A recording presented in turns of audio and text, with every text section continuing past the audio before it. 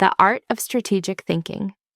There are two types of women in every room: the ones who are constantly surprised by what happens, and the ones who saw it coming 3 months ago, the ones scrambling to keep up, and the ones who position themselves ahead of time, the ones reacting to problems, and the ones who already solved them before anyone else noticed they existed.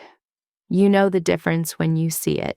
She's the woman who doesn't panic when plans fall apart because she already had a backup, who doesn't get blindsided by office politics because she mapped the power dynamics on day one, who doesn't waste years climbing the wrong ladder because she reverse-engineered her endgame before she even started.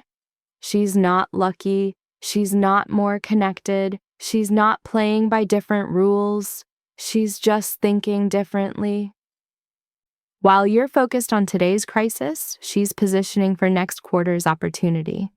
While you're managing the immediate problem, she's eliminating the system that created it.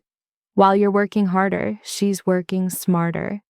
Research from Princeton shows that women who think strategically make decisions 60% faster with 40% better long-term outcomes than those who rely on intuition or immediate reaction.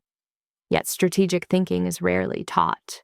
Strategic thinking isn't about being colder or more calculated. It's about being awake, aware, intentional. It's about understanding that every choice creates a chain reaction. Every decision opens some doors and closes others. Every move you make today determines which game you're playing tomorrow. And right now, you're playing blind. Not because you're not smart enough. Because nobody ever taught you how to think strategically. They taught you to be responsive, to read the room, to be accommodating, flexible, adaptive. Harvard Business Review found that women receive 33% more feedback about being collaborative and supportive, while men receive feedback about being strategic and visionary. You've been conditioned for reaction, not strategy. But responsiveness without strategy is just reaction. Flexibility without direction is just chaos. And adaptation without intention is just survival. You weren't built to just survive. You were built to win. Here's what changes when you think strategically. You stop being surprised by setbacks. You stop feeling overwhelmed by decisions. You stop wondering why the same problems keep repeating. You start recognizing opportunities before they're obvious. You start positioning yourself before the moment arrives. You start making moves that look effortless. Strategic thinking is how you go from reacting to your life to designing it, from hoping things work out to engineering them too. Over the next hour and a half, you're about to learn exactly how to do that. How to see the board while everyone else is staring at the pieces. How to think 3 steps ahead, how to turn uncertainty into advantage and obstacles into positioning. This isn't theory, this is the exact framework successful women use to navigate complexity, make high-stakes decisions, and create outcomes that look like luck but are actually strategy. You're already smart, now you're going to think smart. Let's begin. Chapter 1. The pause. Stop reacting, start thinking. Let's start with a moment you've lived before. You're in a meeting. Someone challenges your idea, not kindly, not constructively. They dismiss it with a tone that suggests you haven't thought it through. Your heart rate spikes, heat floods your chest. Your mind races with counter-arguments, defenses, justifications. Every instinct screams at you to respond immediately, to prove them wrong, to defend yourself. And in that split second, you have a choice. Most women react.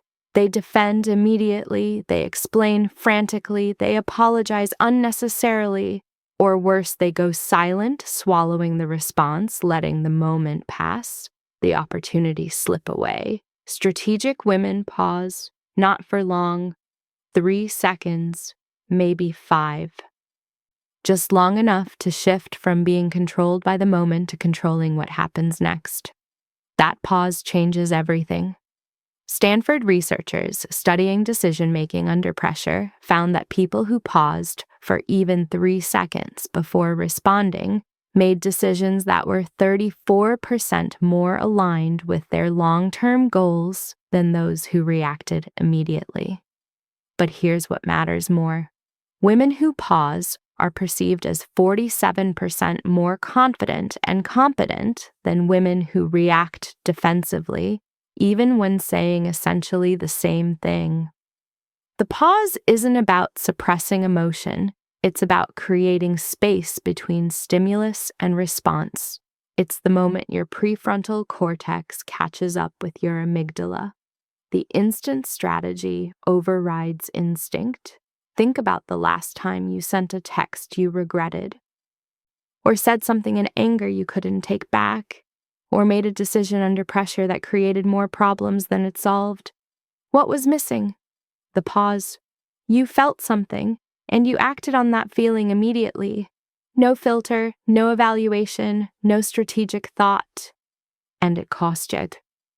Now think about a time when you handled a difficult situation brilliantly, when you stayed calm under pressure, when you said exactly the right thing at exactly the right moment. What was different? You paused. Even if you didn't consciously realize it, you created space between stimulus and response. And in that space, you chose your move instead of being moved. Here's the reality about that initial surge of emotion. It's not wrong. It's information. Your body is telling you something matters here. The challenge escalated. The boundary was crossed. The disrespect landed. But your body doesn't know strategy. It just knows threat versus safety, comfort versus discomfort, fight, flight, freeze, or fawn. All reactive patterns designed for physical survival, not professional success.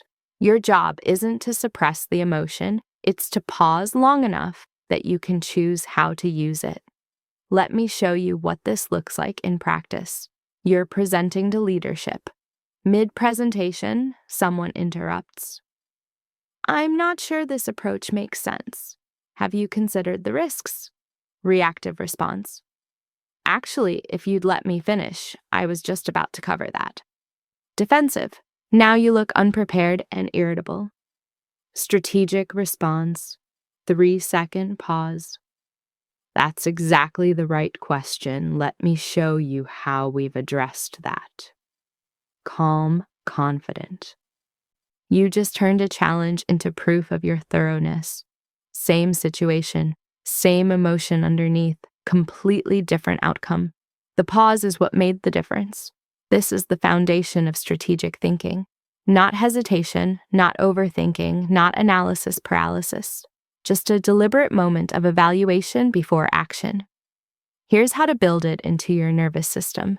Identify your triggers first. What situations make you react without thinking? Criticism, conflict, being interrupted, feeling disrespected, time pressure, uncertainty, someone questioning your competence? Write them down, because you can't manage what you don't acknowledge. And once you know your triggers, you can prepare for them. When you feel that surge, that spike of adrenaline, that heat in your chest, that's your signal. Not to act, to pause. Create a circuit breaker next. A physical action that interrupts the reactive pattern and gives your strategic mind time to engage. Take 3 slow breaths. Feel your feet on the ground. Count backwards from 5. Press your thumb and forefinger together. It doesn't matter what the action is. What matters is that it breaks the automatic reaction loop. This isn't woo-woo mindfulness. This is neuroscience. You're literally giving your brain time to shift from reactive mode to reflective mode, from amygdala hijack to prefrontal cortex engagement. The U.S. military trains soldiers in tactical breathing for exactly this reason. 3 seconds of intentional breathing creates enough neural space to move from panic to tactical thinking. If it works in combat, it works in a conference room. Then ask the strategic question, what outcome do I want? Not what do I want to say, not how do I want to feel, What result am I trying to create? This question reorients everything, because suddenly you're not defending yourself in a meeting, you're influencing the decision, you're not winning an argument with your partner, you're strengthening the relationship. You're not proving someone wrong, you're positioning yourself right. Strategic thinking is always directional. It points toward your desired outcome, not away from your uncomfortable emotion. Let's be clear about what this isn't. This isn't about being passive. Strategic women handle conflict brilliantly. They just don't let conflict handle them.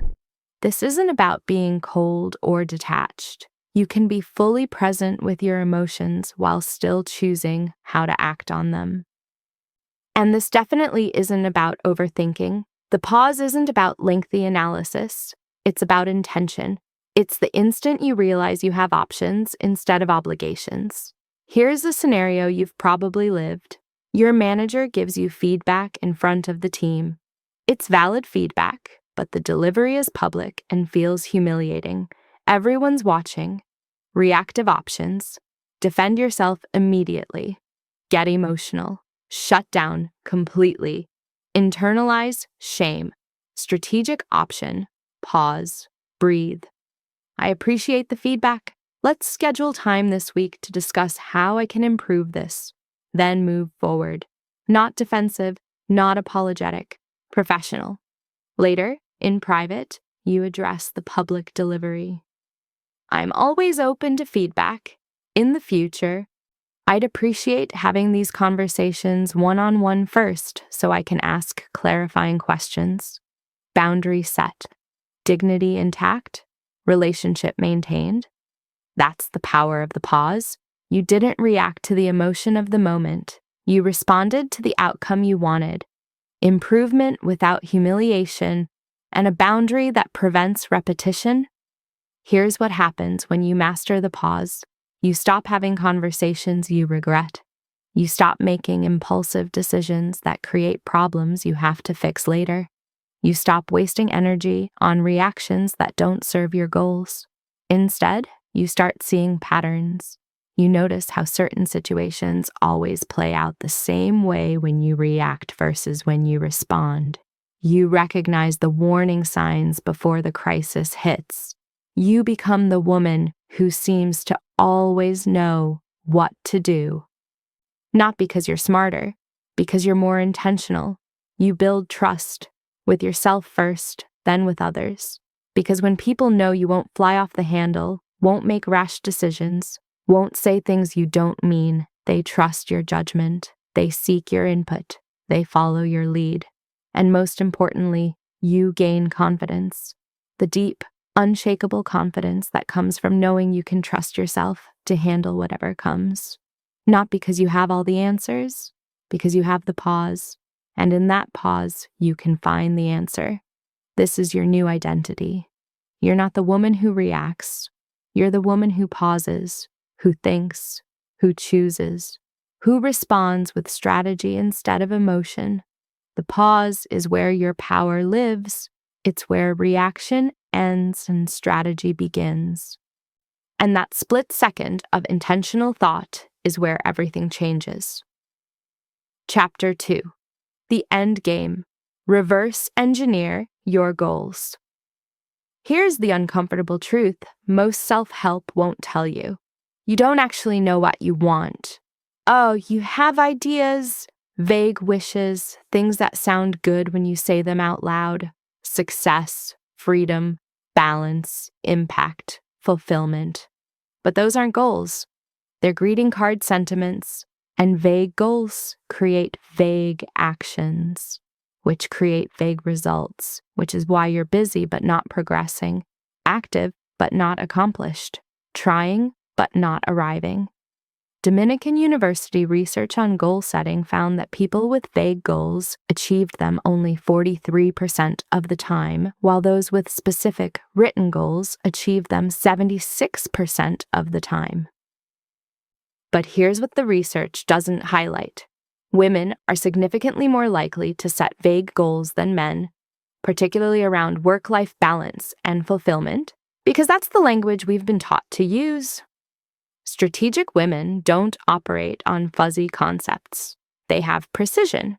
They can describe their desired outcome in such specific detail that the path to get there becomes obvious. Because here's what happens without clarity. You say yes to opportunities that don't align with where you're actually going. You waste time on projects that feel productive but don't move you forward. You end up exhausted from effort that doesn't compound. Clarity is your strategic advantage. When you know exactly what you want, every decision becomes easier. Every distraction becomes obvious. Every opportunity gets measured against your actual objective, not just whether it sounds good or feels comfortable. So let's get clear.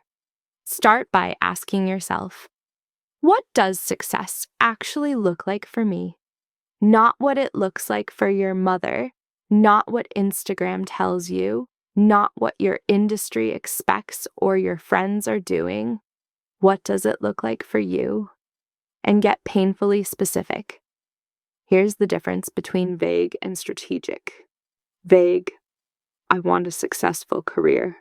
Strategic, I want to be director of marketing at a Series B tech company within 3 years, leading a team of 8, earning $180K base plus equity, working on brand positioning and growth strategy. With autonomy over budget decisions and direct reporting to the CMO. Vague, I want healthy relationships. Strategic, I want a partnership where we have dedicated one-on-one time twice a week. Conflicts are resolved within 24 hours through direct conversation, not avoidance. We support each other's individual goals without resentment, and emotional needs are communicated clearly instead of assumed. Vague, I want financial security. Strategic, I want $100K in liquid savings, $500K net worth by age 40, 2 income streams beyond my primary salary, and enough passive income to cover my basic living expenses within 5 years. See the difference? Vague goals demand vague strategies, but specific goals demand specific action. Let me show you what this looks like in practice. You're in a career conversation with your manager. They ask about your goals. Vague response, I'd love to grow in my role and take on more responsibility. What happens? Your manager nods. Nothing concrete happens. 6 months later, you're frustrated nothing changed, but you never gave them anything concrete to act on. Strategic response, I'm working toward a senior role in the next 18 months. Specifically, I want to lead cross-functional projects, manage direct reports, and own strategic planning for our product launches. What would position me best for that trajectory here? What happens? Your manager now has specifics to work with. They can identify gaps, create development plans, position you for the right projects. Or they can tell you honestly that trajectory doesn't exist here, which lets you make informed decisions about your next move. Clarity creates action. Vagueness creates waiting. Now comes the strategic part. Reverse engineering. Once you know your exact destination, you work backward to map the route. You don't start from where you are now and hope you end up somewhere good. You start from where you want to be and trace the steps in reverse. Let's say you want to be running your own consulting business within 2 years, earning $200K annually with 3 anchor clients and a recognizable personal brand in your industry. Start from that endpoint. What would need to be true 6 months before you hit that goal? You'd need those 3 anchor clients already signed or in serious conversations. You'd need your systems built, your positioning clear, your testimonials strong, your pricing validated by the market. What would need to be true 6 months before that, 12 months out from launch? You'd need to be known in your industry. You'd need a portfolio of results, even if from side projects or pro bono work. You'd need to be having conversations with potential clients regularly. You'd need content demonstrating your expertise. You'd need a network actively referring you. Keep working backward. What would need to be true today? You'd need to start building visibility, creating content that showcases your thinking, reaching out to your network, offering your expertise strategically in ways that build your reputation, testing your positioning with real conversations, starting to transition your identity from employee to expert. See how the path appears when you work backward? This is how strategic women turn dreams into plans. They don't just visualize the destination. They map the entire journey in reverse and then walk it forward. But here's where most people get stuck. They confuse activity with progress. You can be incredibly busy doing things that don't move you toward your goal. Responding to emails, attending meetings, completing tasks, checking boxes, all while making zero actual progress on what matters. A University of Scranton study found that 92% of people don't achieve their New Year's goals, primarily because they engage in goal-related activity without measuring whether that activity actually creates progress toward the specific outcome. Strategic women prioritize ruthlessly. Every week they ask, what are the 3 actions that would move me closest to my goal? Not what feels urgent, not what other people want from me. What actually creates measurable progress toward my specific outcome? Those 3 things get protected time.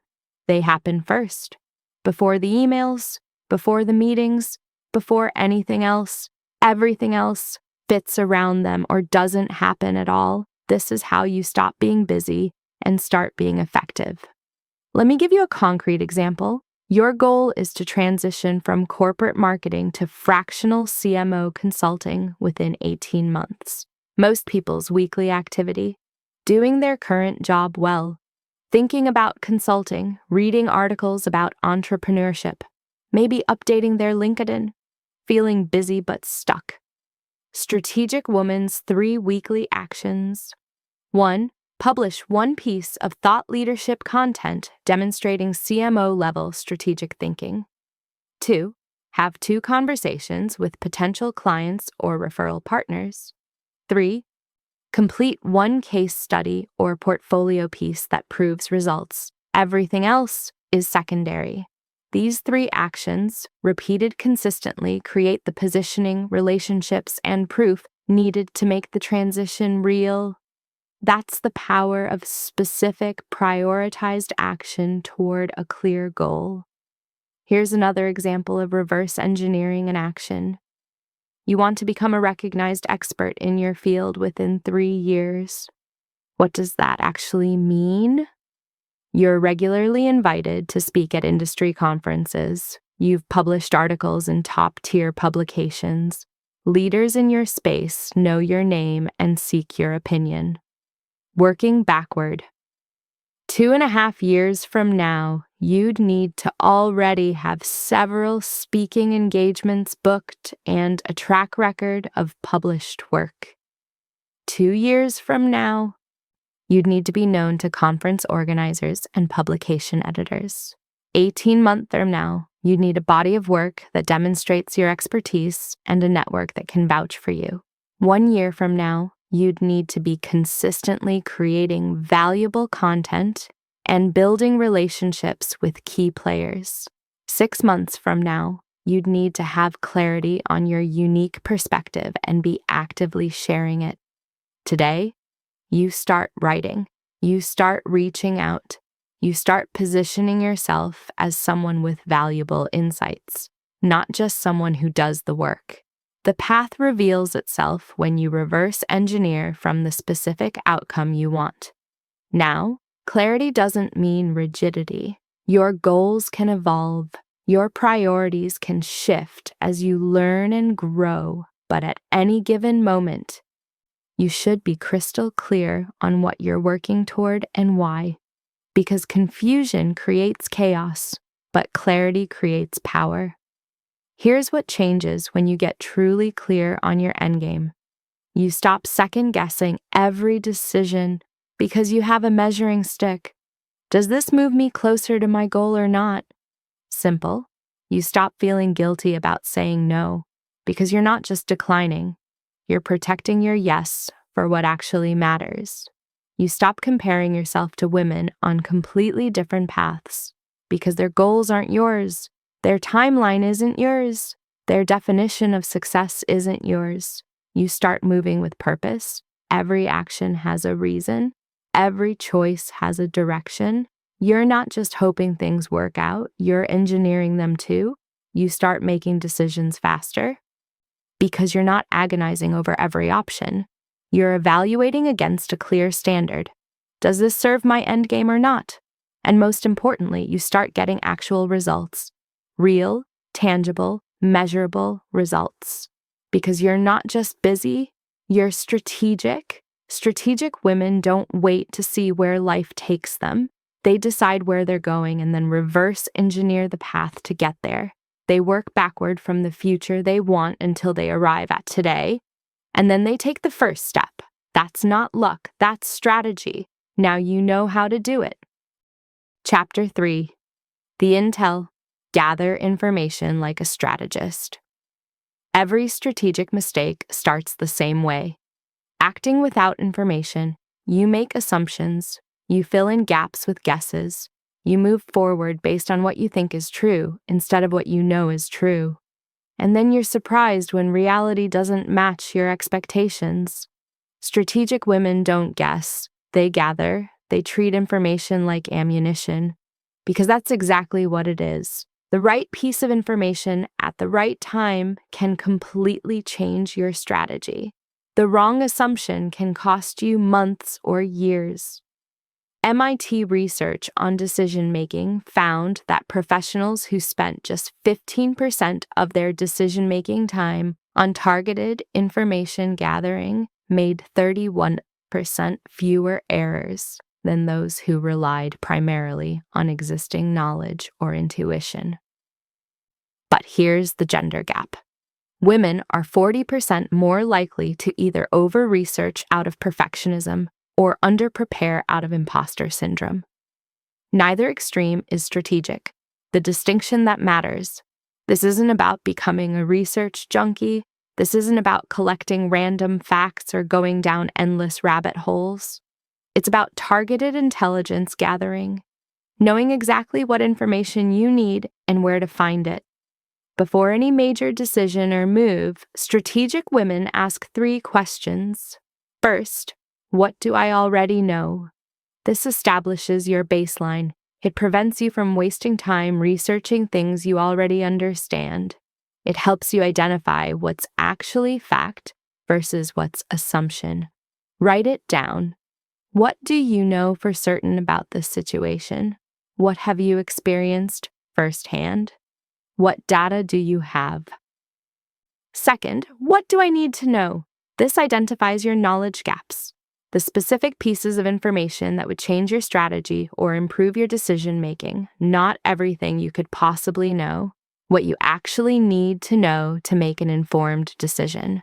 What are the risks? What are the costs? What are realistic timelines? Who are the key players? What are the unspoken rules? What's worked before in similar situations? What's failed? Third, where can I find reliable information? This directs your research toward credible sources and away from noise, not random opinions on the internet, not your cousin's friend who heard something once. Reliable, credible, current information from people who actually know. Let's make this concrete. Say, you're considering a career change into product management. You don't just scroll through job postings and hope something feels right. Strategic intelligence gathering looks like this. You research the role. What skills are actually in demand according to job descriptions from companies you respect? What's the realistic salary range for someone transitioning from your background? What certifications or experience are deal breakers versus nice to haves? You talk to real people, not recruiters painting a rosy picture, actual product managers who can tell you what the day-to-day reality is, what they wish they'd known before transitioning, what skills matter most, what the career trajectory looks like. You analyze trends. Is product management growing or becoming saturated in your target industry? Are there emerging specializations? What's the impact of AI on the role? What changes are on the horizon? This level of research transforms your decision from a gamble into a calculated move. Here's a real scenario. Your company is restructuring. You've been offered 2 roles, one in a stable department with predictable growth, one in a new initiative with higher risk and higher visibility. Random information gathering. You ask a few colleagues what they think. You Google how to choose between job offers. You make a list of pros and cons based mostly on how you feel. Strategic information gathering. You research both departments' budget allocations and leadership's stated priorities. You talk to people in both teams about culture, workload, and growth opportunities. You look at who's gotten promoted recently and from which departments. You identify who the real decision makers are and what they value. You understand the company's 3-year strategy and which initiative aligns better with where resources are actually flowing. Same decision, completely different information quality. The strategic approach doesn't just give you data, it gives you insight. You can see which role actually positions you better, not based on hope, but based on where the company is actually investing. Let me show you another layer of strategic intelligence gathering. You're considering starting a side business. Most people research the market, maybe read some case studies, and then jump in hoping for the best. Strategic intelligence gathering goes deeper. You identify 3 people who successfully built similar businesses in the last 2 years.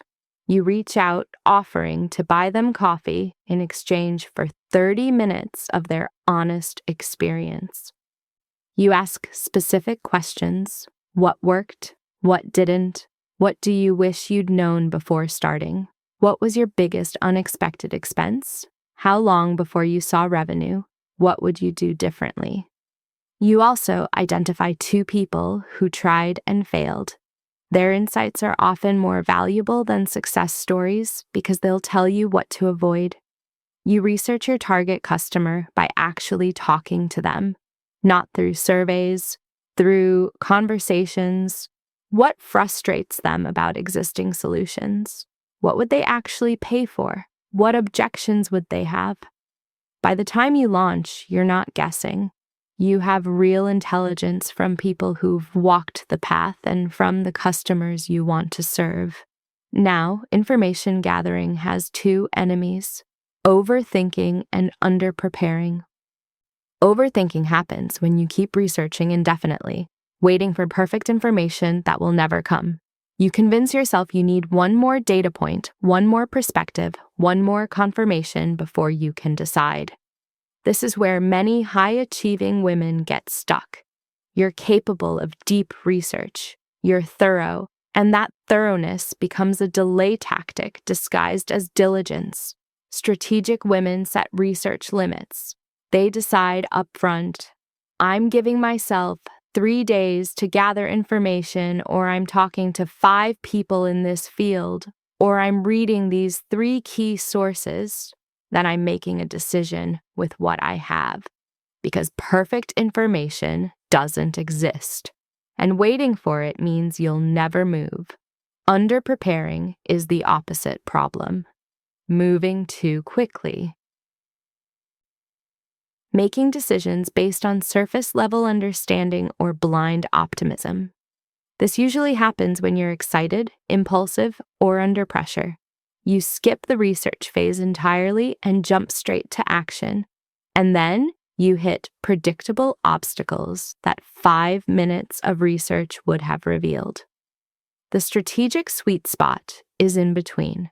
It's gathering enough information to make an informed decision without waiting for absolute certainty.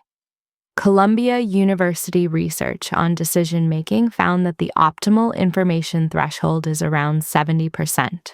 Once you have 70% of the information you need and 70% confidence in your direction, additional research yields diminishing returns and increases decision fatigue. Here's the framework. You need sufficient strategic intelligence, enough insight to understand the landscape. Identify the key variables, anticipate likely outcomes, recognize major risks and opportunities. How do you know when you have enough? Ask yourself, could I explain this situation to someone else with confidence? Do I understand the major risks and opportunities? Can I articulate why this is the right move or what would make it the wrong one? If yes, you have enough. If no, keep researching, but set a deadline. Now let's talk about turning information into insight, because collecting data is useless if you don't know what it means. Strategic women look for patterns. They notice what's working and what isn't. They identify trends before they become obvious. They spot gaps that others miss. When you're researching, ask, what's the pattern here? What are people consistently saying? What's being left unsaid? Where are the contradictions? Where's the opportunity? Say you're researching a potential business idea. You talk to 10 people in your target market. 7 of them mention the same frustration with existing solutions. That's a pattern. That's your opportunity. Or you're researching a company you want to work for.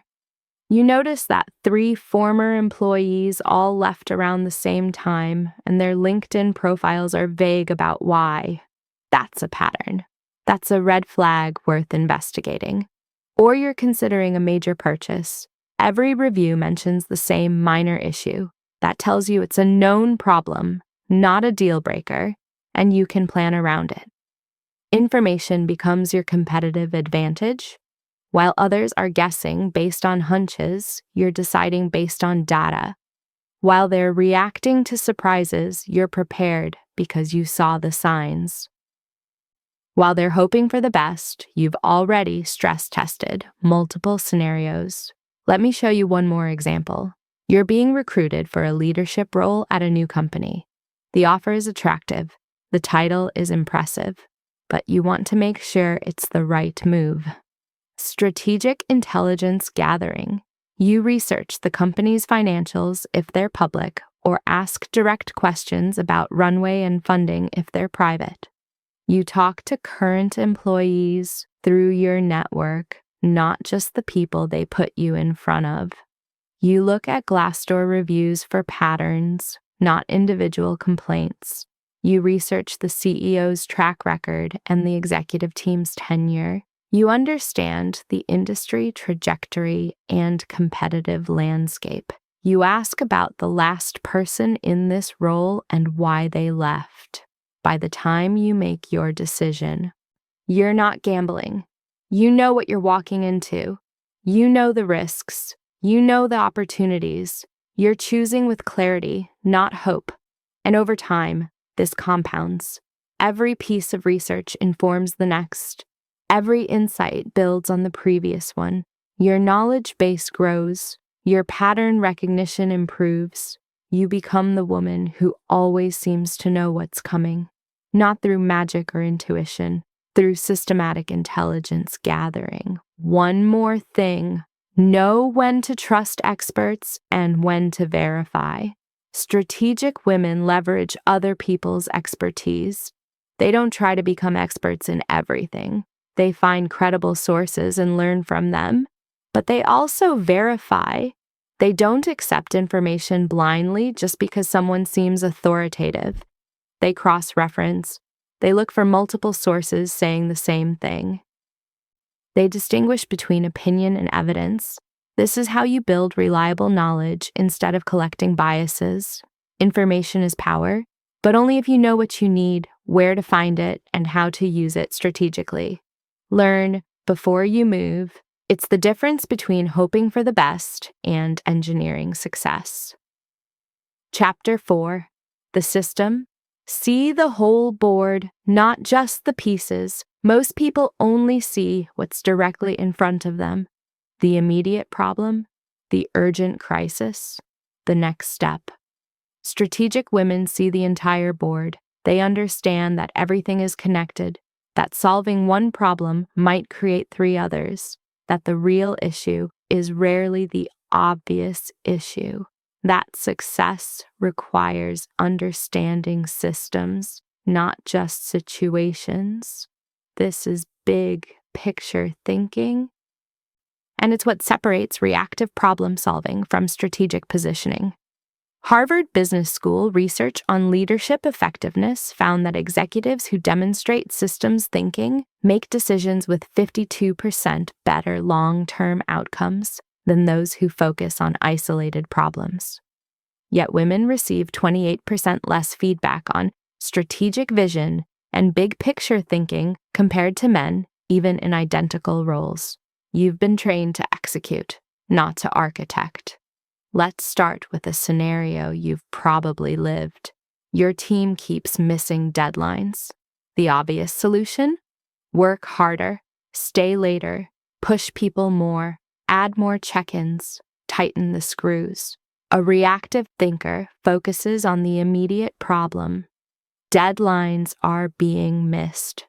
A strategic thinker zooms out and asks, why are we missing deadlines in the first place? Is it workload? Poor communication? Unclear priorities? Unrealistic expectations from leadership? Are we taking on too many projects? Do people lack the resources they need? Are there bottlenecks in the approval process? Is there a skills gap we're not addressing? She sees the system, the interconnected parts that create the outcome, and she realizes that pushing people harder might create short-term compliance, but it will also create burnout, resentment, and eventually turnover, which creates more problems than it solves. The real solution might be restructuring workflows, improving communication systems, setting better boundaries with stakeholders, saying no to projects that don't align with strategic priorities, or redistributing work based on actual capacity. This is systems thinking, understanding that everything affects everything else. In your career, this means seeing how your current role connects to your long-term goals, how your relationships with colleagues affect your opportunities, how your reputation today shapes your options tomorrow, how the skills you're building now determine the doors that open later. In your relationships, this means understanding patterns, why certain conflicts keep repeating, how your communication style affects your partner's response, how unspoken expectations create recurring disappointment, how the dynamic you allow becomes the dynamic you get. In your finances, this means seeing how today's spending affects tomorrow's freedom, how debt creates dependence, how investment creates options, how small decisions compound over time into massive consequences. Strategic women connect the dots. They see patterns where others see isolated incidents. They recognize trends before they become obvious. They understand context that others miss completely. Here's how to develop this skill. Always ask, what else is affected by this? When you're considering a decision, don't just think about the immediate impact. Think about the ripple effects. Taking that new job doesn't just change your title and salary. It changes your commute, your stress level, your time with family, your professional network, your learning curve, your future trajectory, the type of problems you solve daily, the people you interact with, your industry positioning, your resume narrative. Everything is connected. Strategic decisions account for all of it. MIT research on complex decision-making found that leaders who systematically map Secondary and tertiary consequences make choices that are 43% more aligned with their stated long-term values than those who focus only on primary outcomes. Let me show you what this looks like. You're offered a promotion, more money, bigger title, leading a larger team. Surface level thinking. This is a great opportunity. I should take it. Systems thinking. This role requires 60-hour weeks during peak season. That affects my health, my relationship, my ability to maintain the side business I'm building. The team I'd be leading has high turnover, which suggests a deeper cultural issue I'd inherit. The division is profitable now, but the industry is shifting, and I'd be responsible for navigating that transition. The promotion looks good on paper, but does it position me where I actually want to be in 3 years? Or does it lock me into a trajectory I'll want to exit? Same opportunity, completely different analysis. Systems thinking reveals what surface-level thinking misses. Map the players and the power next. In any situation, who has influence, who has information, who benefits from the current state, who loses if things change, where are the alliances? Where are the tensions? In a corporate setting, this means knowing who actually makes decisions, not just who has the title. Who are the informal leaders? Who do people listen to? Whose opinion carries weight? Who controls resources? Who has the ear of executive leadership? This isn't about being political. It's about being realistic. Power dynamics exist whether you acknowledge them or not. Strategic women map them so they can navigate them. Here's a concrete example. You want to propose a new initiative at work. You have a great idea, solid data, clear ROI, non-strategic approach. You present it to your manager and hope they champion it. Strategic approach, you map the system. Who needs to approve this? Who controls the budget? Who might resist because it threatens their territory or creates more work for their team? Who would benefit and become a natural ally? Who has influence with the final decision maker? Then you build support strategically. You address concerns before they're raised. You position the initiative in terms of what matters to each stakeholder. You create allies who will advocate when you're not in the room. You're not just pitching an idea, you're navigating a system. Think in timelines and layers as well. What happens next week, next month, next year, 5 years from now? Strategic thinking isn't just about the immediate future. It's about understanding how decisions compound over time. A choice that seems insignificant today might be pivotal a year from now. Learning a new skill, building a relationship, making an investment, saying no to the wrong opportunity so you can say yes to the right one.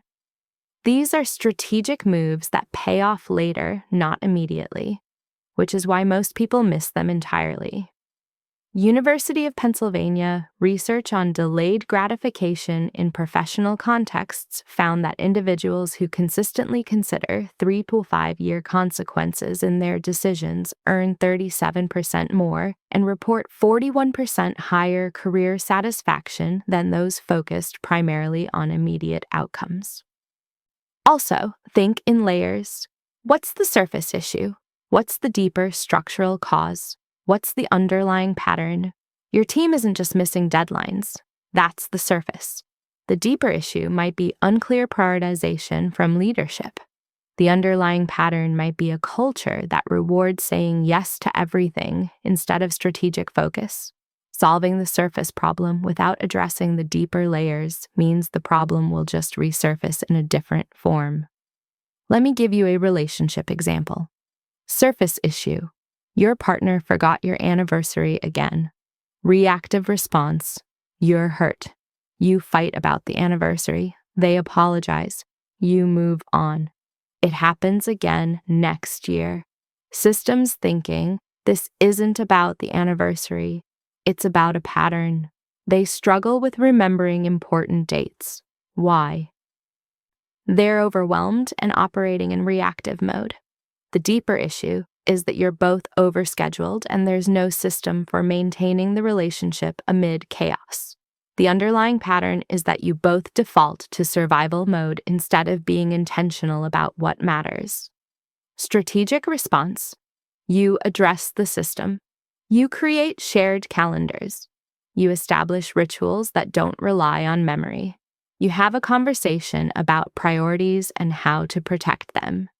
You solve the structural problem, not just the symptom. That's systems thinking in action. Here's another layer. Identify the systems that govern your outcomes. You're not just dealing with individual events, you're operating within systems that create patterns of results. What system creates your current financial situation? Your spending habits, your earning capacity, your beliefs about money, your knowledge of financial management, the economic environment, your risk tolerance, your financial education. What system creates your career trajectory? Your skills, your network, your reputation, industry trends, your company's growth trajectory, your manager's influence, your strategic positioning, your ability to navigate politics, your communication effectiveness. When you see the system, you can change the system. When you only see individual events, you're stuck reacting to symptoms. Sometimes the most powerful systems insight comes from asking, what would need to be true for this outcome to be inevitable? If you want to be promoted within a year, what system would make that inevitable? You'd need to be delivering exceptional results, building relationships with decision makers, gaining visibility for your work, developing the skills required for the next level, and positioning yourself as the obvious choice before the role even opens. Then you build that system.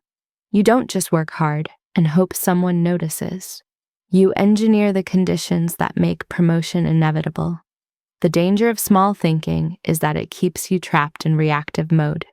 You're always putting out fires, always responding to crises, always one step behind, exhausted but never actually getting ahead. Big picture thinking lets you get ahead of problems.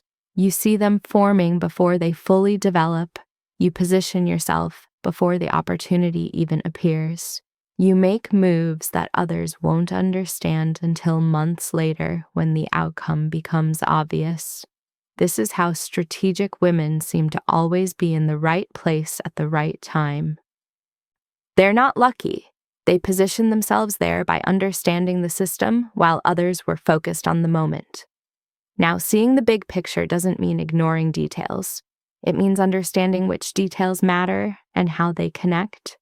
You still execute, you still focus, you still handle what's in front of you, but you're doing it with awareness of how everything connects. You're making tactical decisions that serve your strategic goals. You're playing the immediate game while positioning for the long one. Think of it like chess. You need to know what your next move is, but you also need to see how that move affects the entire board, how it creates opportunities, how it eliminates threats, how it positions you for the end game. Strategic women play the long game. They make decisions that might not pay off immediately but create compound advantages over time, and they avoid tunnel vision. They don't get so focused on one goal that they miss everything happening around them. They don't sacrifice the system for a short-term win, because systems thinking means understanding that you can win the battle and lose the war. You can get the promotion but damage your reputation. You can close the deal but destroy the relationship. You can solve the problem but create 3 bigger ones. Strategic women optimize for the whole board, not just the next move. See the system, map the connections, think in timelines and layers, because the game isn't won with one brilliant move.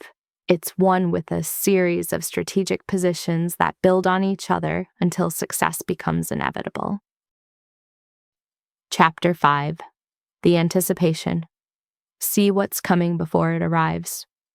There's a quiet power in anticipation, in seeing what's coming before it arrives, in preparing for problems before they become crises, in positioning yourself before the opportunity even appears. Most women are excellent at responding. You've been trained to be adaptable, to handle whatever comes your way, to make it work no matter what. But responding is reactive. And reactive women are always playing catch-up. Strategic women anticipate. They think several moves ahead. They ask, if I do this, what happens next? And after that, and after that.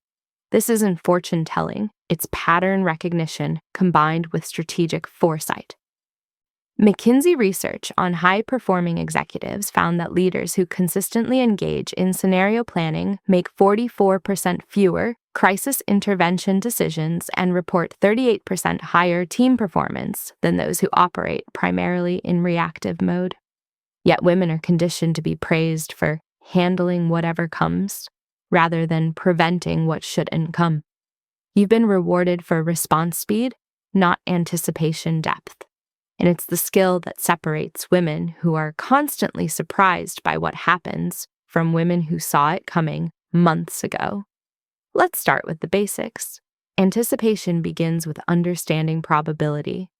When you're making a decision, don't just think about the best case scenario.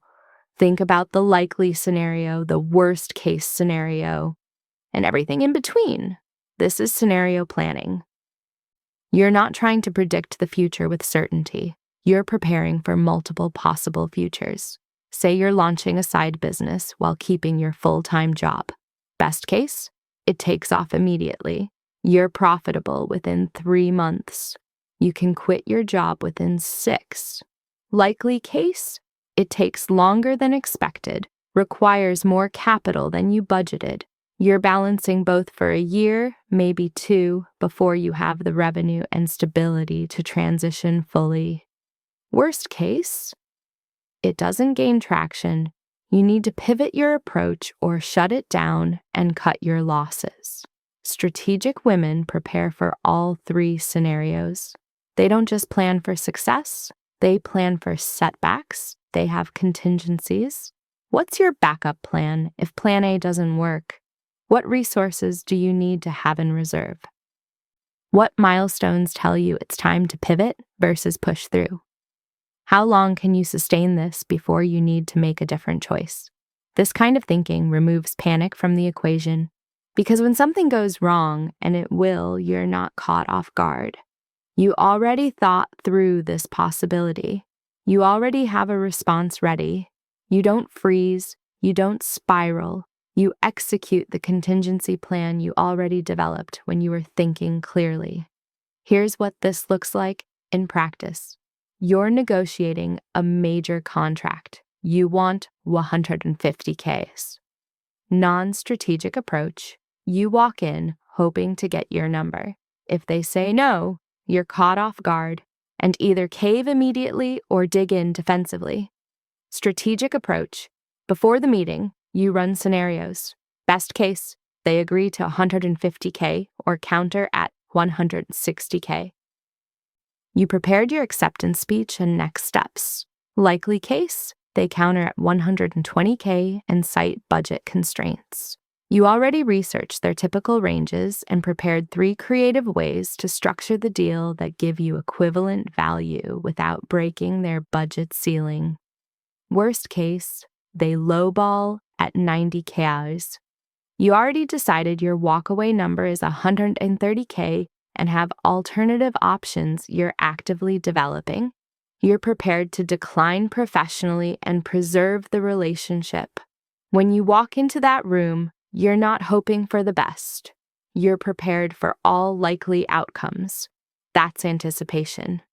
Now, anticipation isn't just about scenarios. It's about understanding people. Because human behavior is remarkably predictable once you know what to look for. Yale research on social prediction found that individuals who actively study behavioral patterns in their professional relationships can predict others' responses with 67% accuracy compared to 41% for those relying on general intuition. This predictive ability correlates with 29% better negotiation outcomes and 34% fewer workplace conflicts. When you know someone well, you can anticipate their reactions. If I say this, they'll probably respond this way. If I propose this change, here's where I'll get resistance. If I approach them at this time, they'll be more receptive than at that time. This isn't manipulation. It's emotional intelligence applied strategically. In negotiations, this is your advantage. You prepare for the objections before they're raised. You have responses ready for the questions you know are coming. You position your proposal in a way that aligns with what the other person values. In conflicts, anticipation lets you choose your battles. You can see which issues are worth addressing now and which ones will resolve themselves. You know when to push and when to pause, when to speak and when silence will serve you better. In leadership, anticipation means you're not blindsided by team dynamics. You see the tension building before it explodes. You notice the warning signs of burnout before someone quits. You recognize when someone's ready for more responsibility before they have to ask. Let me give you a specific example.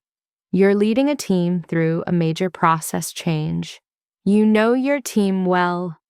Reactive approach. You announce the change and hope everyone adapts. When resistance emerges, you're frustrated and defensive. Strategic approach. Before announcing anything, you map who will resist and why. Sarah thrives on structure and predictability. This change will stress her. You anticipate this and prepare extra support, clear documentation, and one-on-one time to walk her through it. Marcus is territorial about his workflow. He'll see this as criticism.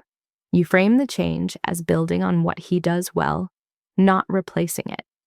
Jessica is an early adopter who gets bored easily. She'll be excited. You position her as a champion who can help others adapt. When you announce the change, you're not hoping it goes well. You already positioned it for success by anticipating each person's likely response and addressing it proactively. That's strategic anticipation of human behavior. Here's the key distinction. Anticipation isn't about controlling everything. It's about being prepared for anything. You can't prevent every problem, but you can reduce the impact of problems by seeing them coming and positioning yourself accordingly. Strategic women build in buffers. Extra time in their timelines, extra resources in their budgets, extra options in their plans. They assume things will take longer and cost more than expected. And when they do, it's not a crisis. It's exactly what was planned for. They don't operate at maximum capacity with zero margin for error. They build in slack, space, room to maneuver when circumstances shift. Because circumstances always shift. Wharton research on project management found that professionals who build 20-30% buffer time into their estimates deliver projects on time 81% more often than those who aim for best-case timelines. Yet women are 23% more likely to commit to aggressive timelines to prove competence than face reputation damage when delays occur. Here's a concrete example of building buffers. You're planning a product launch. The development team says they need 3 months. Marketing says they can execute the campaign in 4 weeks. Legal review typically takes 2 weeks. Non-strategic timeline, 3 months development, plus 4 weeks marketing, plus 2 weeks legal versus 4.5 months total. You promise a 4.5-month launch. Strategic timeline with buffers. Add 20% buffer to each phase. 3.6 months development, plus 5 weeks marketing, plus 2.5 weeks legal, while here 5.5 months. You promise a 6-month launch. Result: when development hits an unexpected technical issue, they always do, When marketing needs an extra week for creative revisions, they often do. And when legal raises a concern that requires changes, predictable, you're still on time. You look reliable instead of scrambling to explain delays. The buffer isn't padding, it's realistic anticipation of how projects actually unfold versus how we hope they will. Now, let's talk about thinking several moves ahead. This is where anticipation becomes truly powerful. You're not just preparing for the next step. You're seeing how that step leads to the one after and the one after that. You accept a project not just because it's good for your career now, but because it positions you for the promotion you want next year and builds relationships with stakeholders who will be influential when you need support for the initiative you're planning in 18 months. You invest in a relationship not just because it's pleasant today, but because this person will be valuable to know as both your careers evolve and your industries intersect. You develop a skill not because you need it immediately, but because you see it becoming essential in your field within 2 years and you want to be ahead of the curve when demand spikes. This long-term anticipation compounds. Small strategic moves today create major advantages later. Doors open that would have been closed. Opportunities appear that you're uniquely positioned to seize. Problems get avoided that would have derailed someone who wasn't thinking ahead, and it protects you from short-term thinking. You don't chase immediate wins that create long-term problems. You don't sacrifice future positioning for present comfort. You don't make choices that feel good now but limit your options later. Here's how to develop this skill. Make it a habit to ask, and then what? Every decision, every action, every plan, ask what happens next. And after that, follow the chain forward as far as you can reasonably project. If I take this job, then what? I'll have new responsibilities. And then what? I'll develop new skills and connections. And then what? That positions me for different opportunities. What opportunities specifically? Who will I meet? What will I learn? Where does this path lead in 3 years? Study patterns from the past as your second practice. What happened the last time you made a similar decision? What happened to others who took a similar path? What were the predictable consequences? What were the surprises? Every situation you've experienced is data. Every observation is information. Strategic women treat their past as a laboratory for understanding what's likely to happen in the future. Stay aware of trends and changes in your environment. What's shifting in your industry, in your company, in your market, in technology, in culture. Changes create both risks and opportunities, but only if you see them coming. The companies that thrived during major disruptions weren't lucky. They were paying attention. They saw the trends forming and positioned themselves accordingly, while their competitors were still denying that anything was changing. You can do the same in your career, your relationships, your finances. Watch for the shifts. Anticipate how they'll affect you. Position yourself before the wave hits.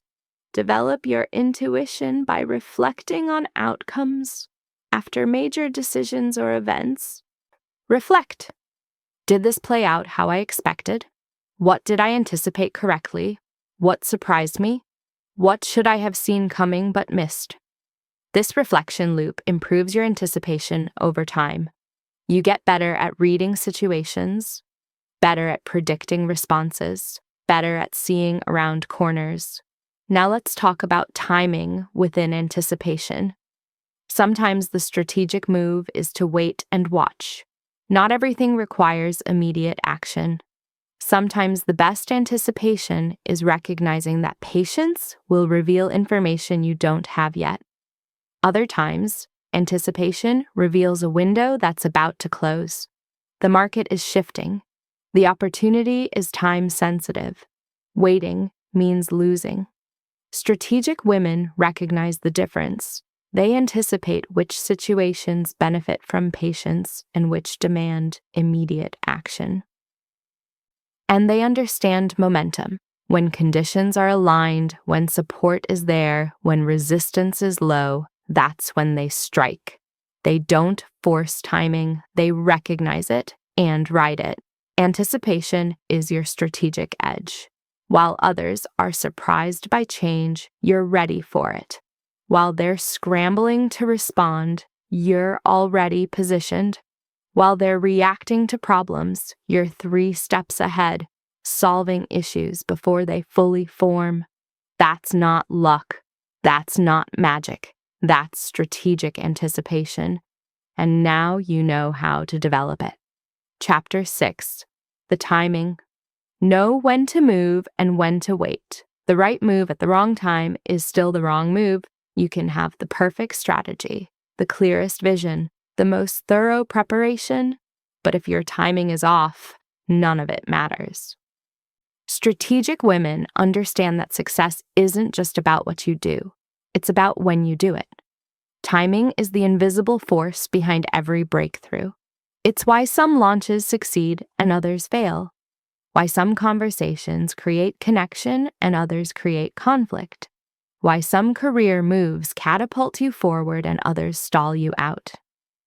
Columbia Business School research on strategic decision timing found that identical proposals succeed or fail based primarily on timing, with well-timed initiatives showing 58% higher adoption rates than poorly timed ones. Yet women face 31% more pressure to act quickly and show results fast than male counterparts, creating a bias towards speed over strategic timing. The challenge is that most women are conditioned to act immediately, to respond quickly, to seize opportunities the moment they appear, to prove themselves by moving fast. But speed isn't strategy. Sometimes the most strategic move is to wait. Not passive waiting, not procrastination, active, intentional patience, watching, preparing, positioning yourself while others rush forward unprepared. Think about nature. A predator doesn't chase constantly. It watches, it waits, and when the moment is exactly right, it strikes with precision. Strategic timing works the same way. You're looking for leverage points, moments where small actions create massive results, where the conditions align, where resistance is low and impact is high. In a negotiation, that might be waiting for the other party to reveal their constraints before you make your proposal. Letting them show their hand first so you can position your offer strategically. In a career move, it might be waiting until you've built the relationships and reputation that make you the obvious choice for promotion instead of just the qualified one. In a difficult conversation, it might be choosing the moment when your partner is calm and receptive instead of stressed and defensive. When they have the emotional capacity to actually hear you instead of just react. How do you identify these high-leverage moments? Watch for readiness first, not your readiness. The world's readiness. Is the environment right for this move? Are the key players in the right mindset? Are resources available? Is there momentum you can ride or resistance you'll have to fight? Launching a business when the market is saturated and capital is tight is harder than launching when there's a clear gap people are actively trying to fill and investors are looking for opportunities. Asking for a raise right after the company announced budget cuts is tone deaf. Waiting until right after you delivered a major win that saved the company money is strategic. Trying to have a deep conversation when your partner just walked in from a 12-hour day is poor timing. Waiting until the weekend when they're rested and present is smart. Strategic women read the room, read the market, read the moment. Let me give you a specific example. You want to pitch a new initiative that requires significant budget and organizational change. Poor timing. Q4. When leadership is focused on closing the year, budgets are locked, and everyone's overwhelmed. Strategic timing, Q1 planning season. When next year's budgets are being set, leadership is thinking strategically about priorities, and there's openness to new directions. Same proposal, completely different reception based purely on when you present it. Distinguish between real urgency and manufactured pressure. Not everything that feels urgent actually is. Sometimes urgency is artificial, created by other people's anxiety or arbitrary deadlines or your own impatience. Strategic women ask, is this deadline real or is it arbitrary? What actually happens if I wait 24 hours, a week? What would I gain by not rushing? Sometimes the answer is nothing. The deadline is real and waiting would cost you. So you move. But often the answer is the urgency is manufactured, and giving yourself time to think, to gather information, to position properly would dramatically improve the outcome. Stanford research on decision quality under time pressure found that decisions made under artificial urgency, self-imposed or socially pressured deadlines with no real consequence, have 41% worse outcomes than identical decisions made with appropriate reflection time. Women are particularly susceptible, reporting 27% higher anxiety about taking too long, even when no actual deadline exists. Don't let other people's urgency override your strategic timing. Here's what this looks like. A colleague messages you. Can you review this proposal before the meeting in an hour? It's urgent.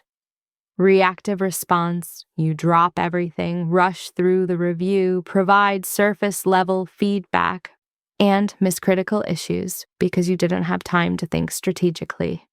Strategic response, I can't give this the attention it deserves in an hour. I can do a thorough review by end of day or a quick scan now with deeper feedback tomorrow. Which serves the project better? Often the urgency evaporates. They can wait, and your strategic pause just improved the quality of the work and protected your own priorities. Avoid impulsiveness as well. That surge of excitement, that feeling that you need to act right now, this very second, or the opportunity will vanish forever. That's usually your emotions talking, not your strategy. Give yourself a buffer. Before making any significant decision, sleep on it. Give yourself 24 hours to let the emotional surge settle and see if it still feels right with a clear head. If it does, great, move forward with confidence. If it doesn't, you just saved yourself from a decision you'd regret. The 24-hour rule is one of the most powerful timing tools you have. I've seen this play out repeatedly. You're offered a job. It sounds perfect. The company is prestigious. The salary is good. They want an answer by tomorrow. Impulsive response. You accept immediately because it sounds good and you don't want to lose it. Strategic response. I'm very interested. I need 48 hours to review the full package and ensure this aligns with my goals. Can we schedule a follow-up call Wednesday? In those 48 hours, you research the company more thoroughly. You discover the division you join is being restructured. You talk to a former employee who reveals culture issues. You realize the role, while impressive on paper, doesn't actually align with your long-term strategy. The 24-hour rule just saved you from a beautiful-looking mistake. Now the opposite danger is waiting too long. Analysis, paralysis, overthinking until the opportunity passes you by. How do you know when you're ready to move? Use the 70% rule. If you have 70% of the information you need and you're 70% confident in your approach, move forward. Waiting for 100% certainty means you'll never act, because certainty doesn't exist in complex situations. Strategic women make decisions with imperfect information and adjust as they go. They know that taking action with 70% clarity is better than waiting forever for 100%.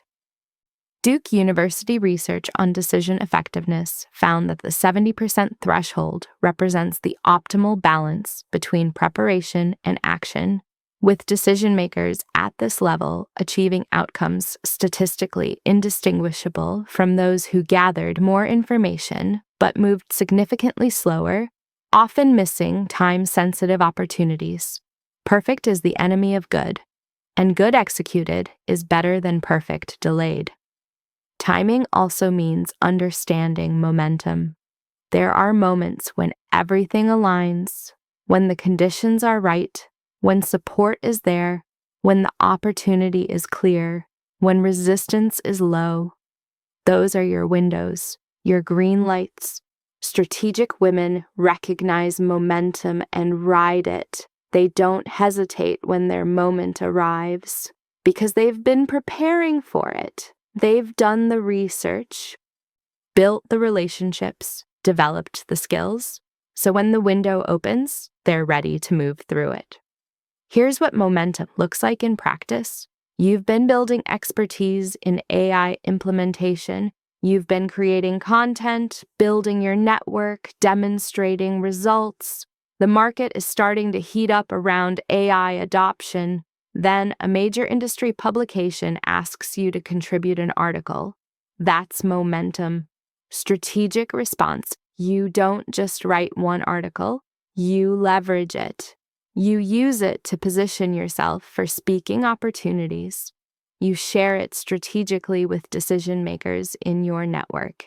You use the credibility boost to have conversations about consulting opportunities. You ride the momentum while it exists instead of treating it as an isolated event. And when momentum shifts, adapt accordingly. Don't keep pushing a strategy that's no longer working just because you invested time in it.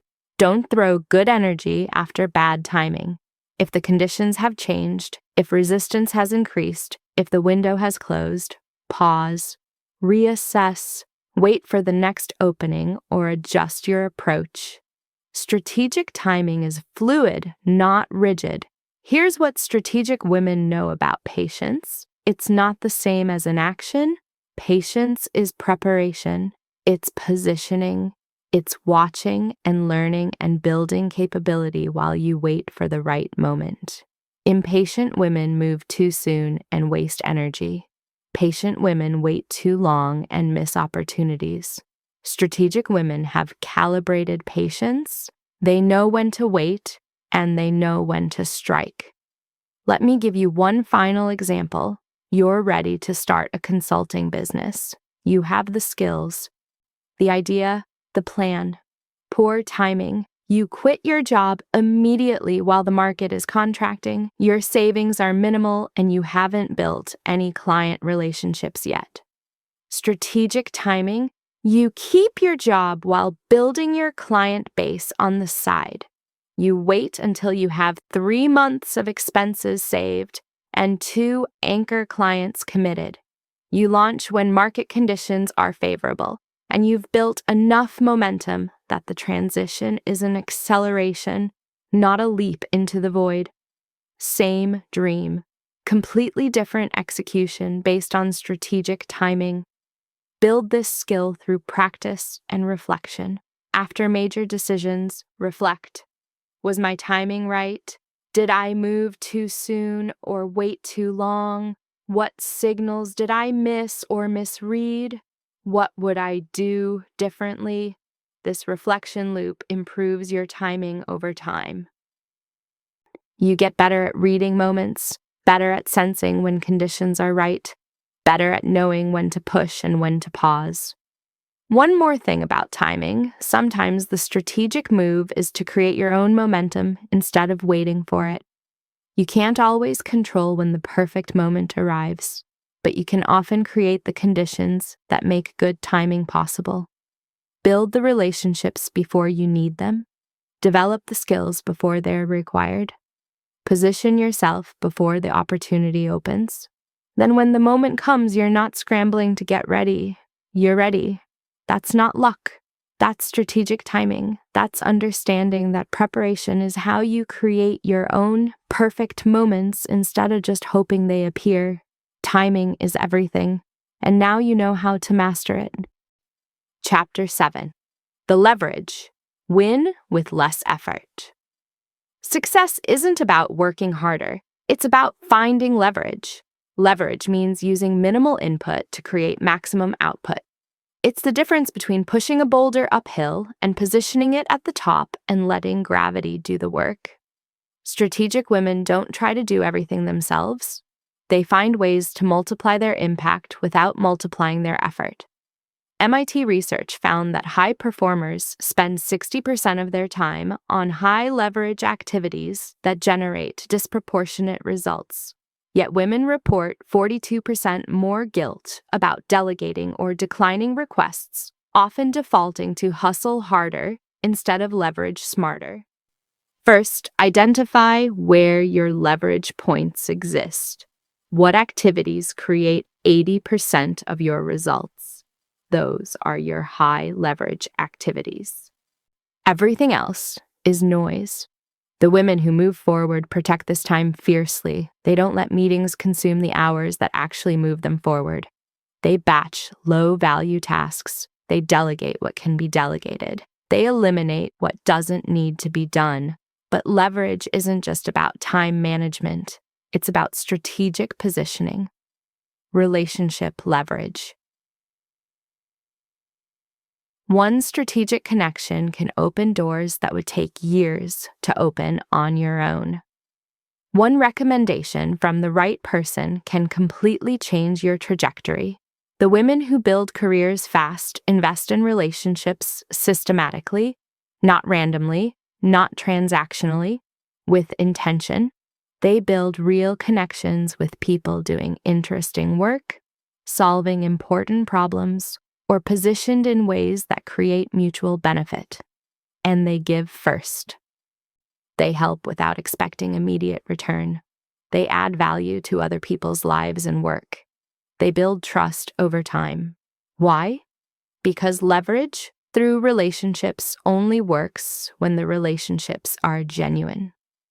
Stanford research found that 85% of professional opportunities come through relationships rather than job postings, with strategic relationship building correlating with 3.2x faster career progression. Yet women spend 38% less time on strategic networking than men, often viewing it as using people. Example, you're breaking into a new industry. You could spend years building credibility from scratch, or you leverage relationships. You identify 3 people already established who you can genuinely help with your current expertise. You offer value first. 6 months later, when you're ready to make your move, you have advocates who vouch for you, introduce you to key players, and shortcut your credibility building by years. Skill, leverage. Developing one high-value skill can increase your earning potential more than years of general experience. Ask, what's the one skill that would make everything else easier? What's rare enough to be valuable but learnable enough to master? Once you identify it, focus there. Invest in becoming truly excellent instead of spreading yourself thin. Example, you're a marketing manager, good at many things: social media, campaigns, analytics, project management. Non-strategic, you continue being generally good at all of them. You're replaceable. Strategic, you identify that strategic positioning is the highest leverage skill in your field. You invest heavily in mastering it. Within 18 months, you're not just another manager. You're the positioning expert. Companies seek you out.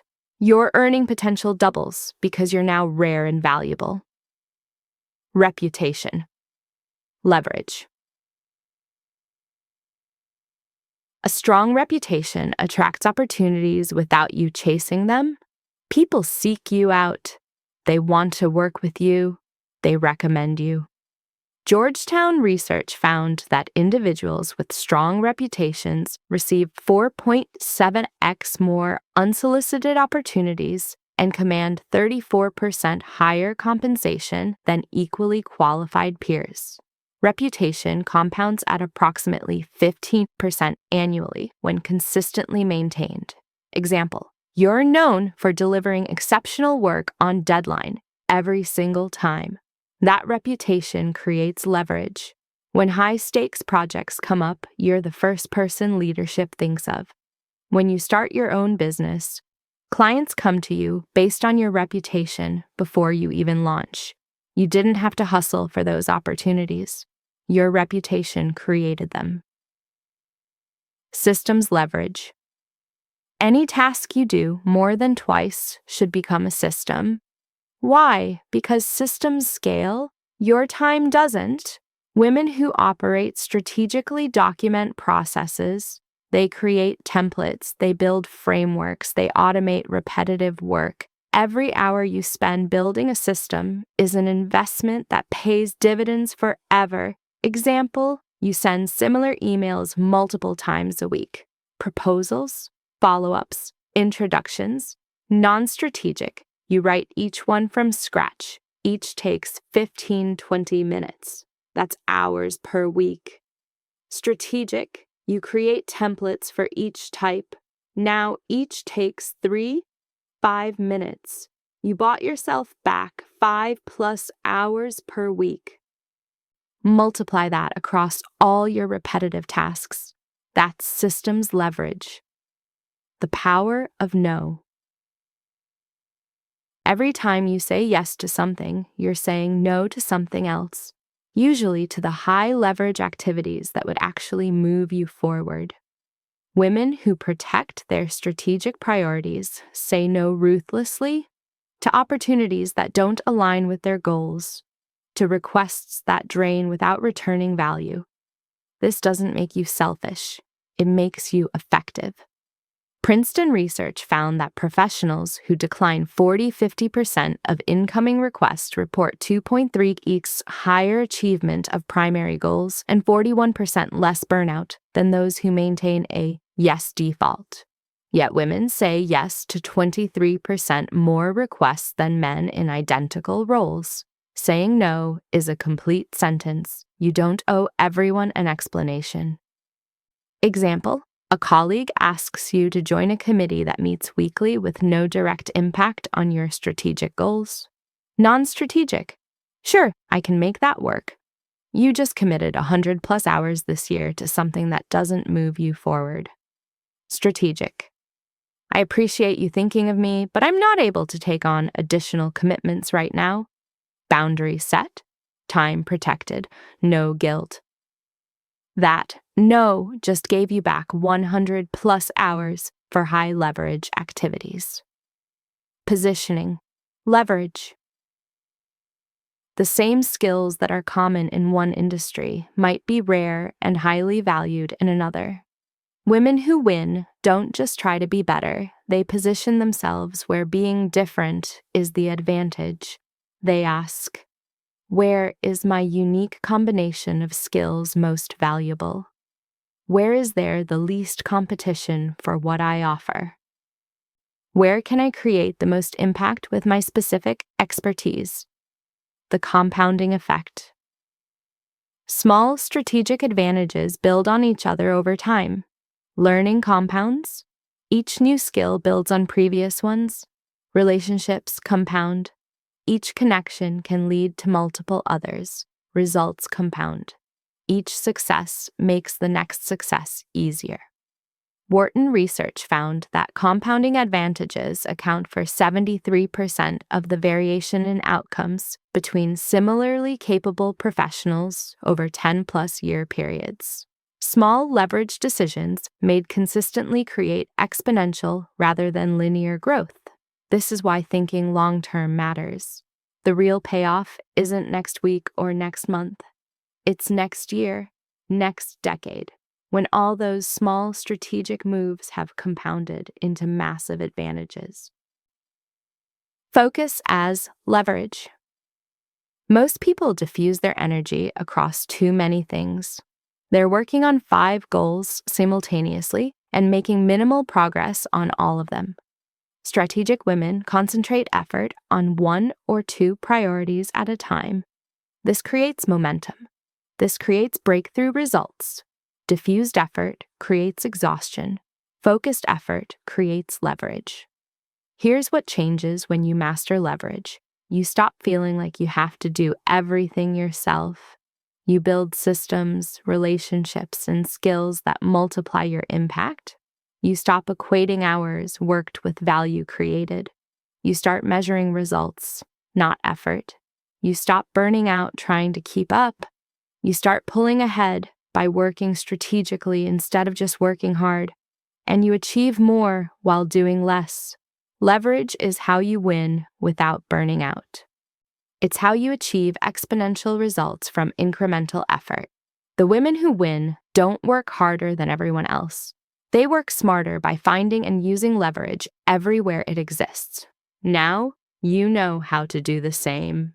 Chapter 8, The Execution, Turn Strategy into Reality. Strategy without execution is just a beautiful plan that never happens. You can think strategically, see the big picture, anticipate obstacles, perfect your timing, find your leverage, all of it.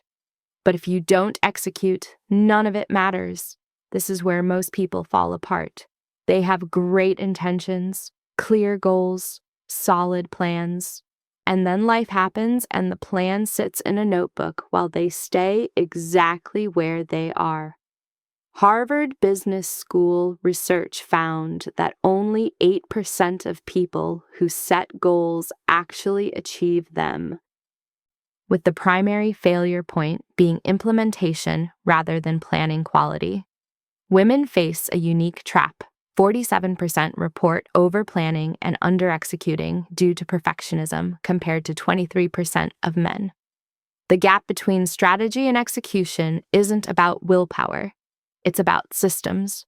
Systems turn your intentions into automatic actions. They remove the need to rely on motivation or discipline. They make doing the right thing the path of least resistance. Break strategy into concrete actions. Vague goals don't get done, specific tasks do.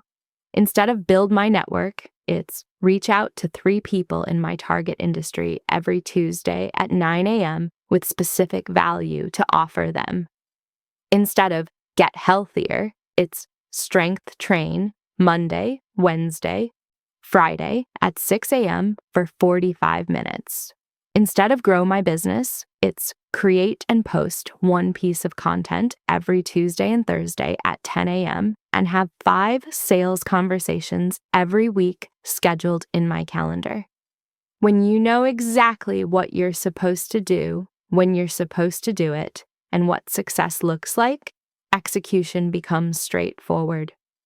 Yale research found that people who specified when, where, and how they would execute their goals were 2.886 more likely to follow through. The specificity eliminates decision fatigue and creates automatic triggers. Example, you want to transition into consulting within 18 months. If you just say, I'll work on my consulting business when I have time, 3 months later, you'll have done nothing. But if you schedule it like this, every Sunday at 4 p.m., plan next week's 3 strategic priorities and block time for them. Every Tuesday, 7 a.m., create 1 piece of thought leadership content before your day job starts. Every Thursday, 12 at 1 p.m., lunch meetings with potential clients or referral partners already blocked in calendar. Every Saturday, 9 to 11 a.m., work on 1 case study, portfolio piece, or client deliverable. 3 months later, you have 12 pieces of content published, 36 strategic conversations completed, and 3 case studies demonstrating results. You're not hoping to transition. You're actively building the foundation that makes it inevitable. Treat strategic activities like appointments. They're not things you'll get to if you have time. They're commitments that everything else works around. What gets scheduled gets done. What stays on a wish list stays a wish. Microsoft research found that scheduled tasks have an 87% completion rate versus 34% for unscheduled intentions. Time blocking creates psychological commitment and eliminates decision fatigue. Build in accountability. Self-accountability sounds good, but rarely holds up under pressure.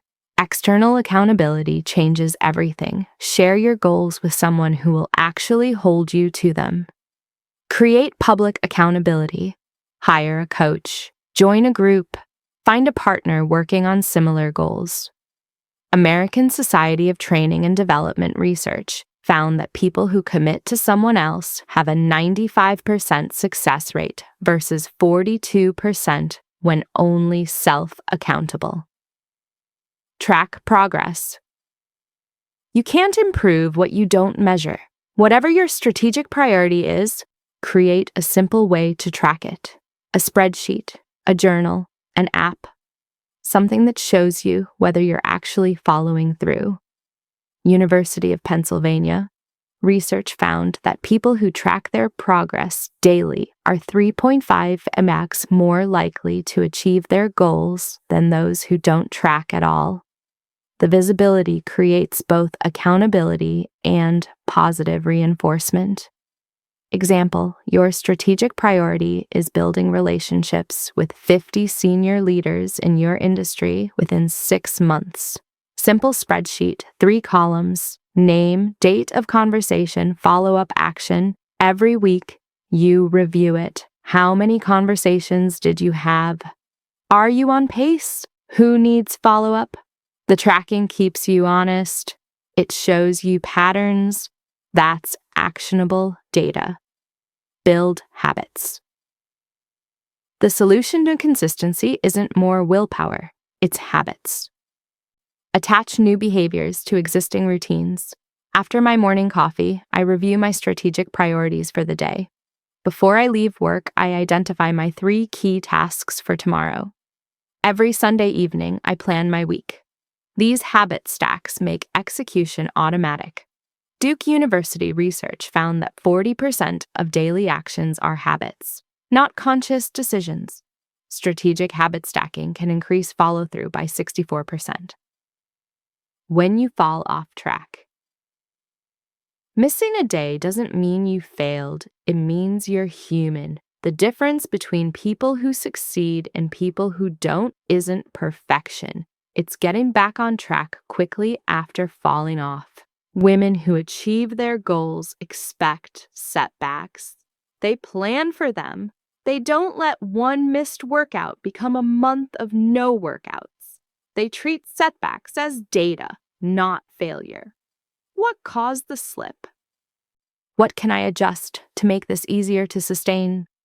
Northwestern University research found that individuals who view setbacks as information rather than failure recover 4.2x faster and maintain 68% higher long-term adherence. The mindset shift from "I failed" to "What can I learn from this?" is the difference between quitting and succeeding. Stay flexible. Your strategy should be clear, but your tactics should adapt to reality. Life changes, circumstances shift. What worked last month might not work this month. The women who keep executing adjust their systems to match their reality instead of trying to force themselves into systems that no longer fit. If 6 a.m. workouts aren't happening anymore because your schedule changed, move them to lunchtime. If weekly networking calls feel like a drain, shift to monthly coffee meetings. If your planning system isn't working, try a different one. The goal isn't to stick with a specific system forever. The goal is to keep executing toward your strategy using whatever system actually works. Celebrate every win. Most women are terrible at this. They move the goalpost as soon as they achieve something. Stop doing that. Every step forward deserves acknowledgement, not just the big wins, the small ones too. Why? Because acknowledgement reinforces behavior. It makes you want to keep going. It builds momentum. This isn't about being self-congratulatory. It's about building the internal evidence that you are someone who does what they say they'll do. Here's what happens when you master execution. You stop being the woman with great ideas and become the woman who makes things happen. Your confidence grows. Not from hope or wishful thinking, from evidence. You've proven to yourself repeatedly that you can execute, and the results compound. Every executed strategy builds momentum for the next one. Every achieved goal makes the next goal more attainable. This is how the women who win create the lives they want. Not through wishful thinking, through strategic thinking combined with relentless execution. They see what they want clearly. They reverse engineer the path.